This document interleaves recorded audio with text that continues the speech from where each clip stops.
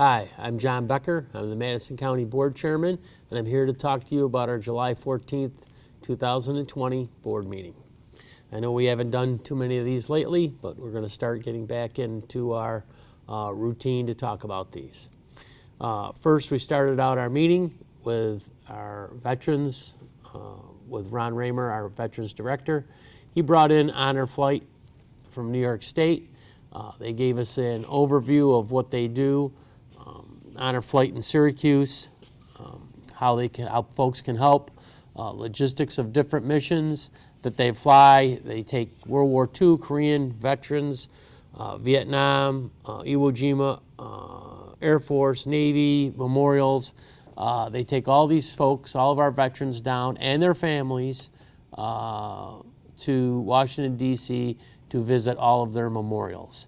You can help by registering a veteran, spread the word about Honor Flight, volunteer for Honor Flight, or support their mission. It's a great cause, and the number that you can call is 855-433-5633 or www.honorflightsyracuse.org. It's a great organization. I encourage folks to get involved with our veterans and the Honor Flight to get them down to Washington, D.C. Now for our regular board meeting, we were able to social distance. We got most of our supervisors in the board chambers. Most everybody was able to get in by Zoom if they were not here. First, we honored our retirees. We've had quite a few retire since March. We had David Sylvester, who had 41 years in our highway department, retired. Melissa Main, she had a 33-year career with social services. Leanne Andre, she had a 28-year career with social services. Barb Carrier, she was our scale house operator for 30 years at the landfill. We had Deputy Sheriff Shannon Augustine retire after 19 years in the Sheriff's Department. Lieutenant Brad Bowe with 22 years in our Sheriff's Department. Margaret Brody with 20 years in our Emergency Management Department.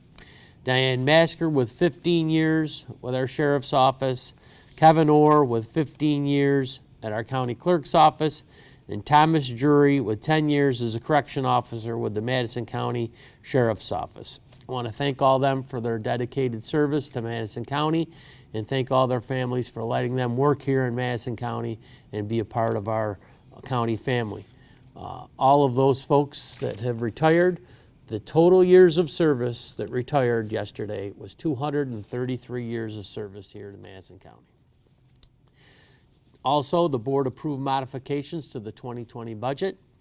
Due to the COVID-19 pandemic, the county is facing an unprecedented loss of sales tax revenue combined with delayed and rescheduled state aid payments and the uncertainty of federal stimulus payments for local governments.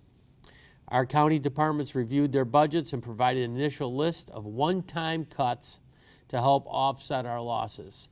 Our departments did a great job in coming back with the decreases to their budgets.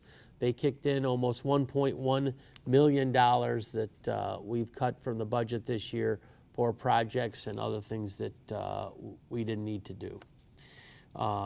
We'll have a special meeting on July 28th to hold a public hearing for several local laws. We will post to our website information about that meeting soon. Also, I'd like to discuss our face masks for a moment. We're getting some folks on our Facebook page asking how come we're not having press conferences on COVID-19 or giving out information. Well, at the present time, we only have 2 active cases here in Madison County. That's why we're not sending out all the information that we were before, because we've only got 2 active cases. Our health department and sheriff's office received concerns from members of the public pertaining to employees and local businesses who are not wearing face masks. We remind businesses that their workers are required to wear face coverings when they are unable to maintain social distancing, especially when they interact with the public. We are encouraging business to require their customers to wear face coverings as well as their patrons who patronize their business. Most of our businesses are compliant. However, we have had a few who do not want to do this. To date, we have not cited or fined any businesses, but we will if we have to.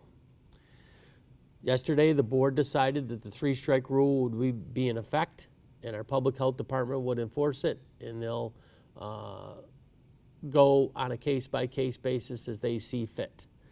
First strike, you'll get a phone call and a letter educating you on the proper protocol and informing you of the potential fine.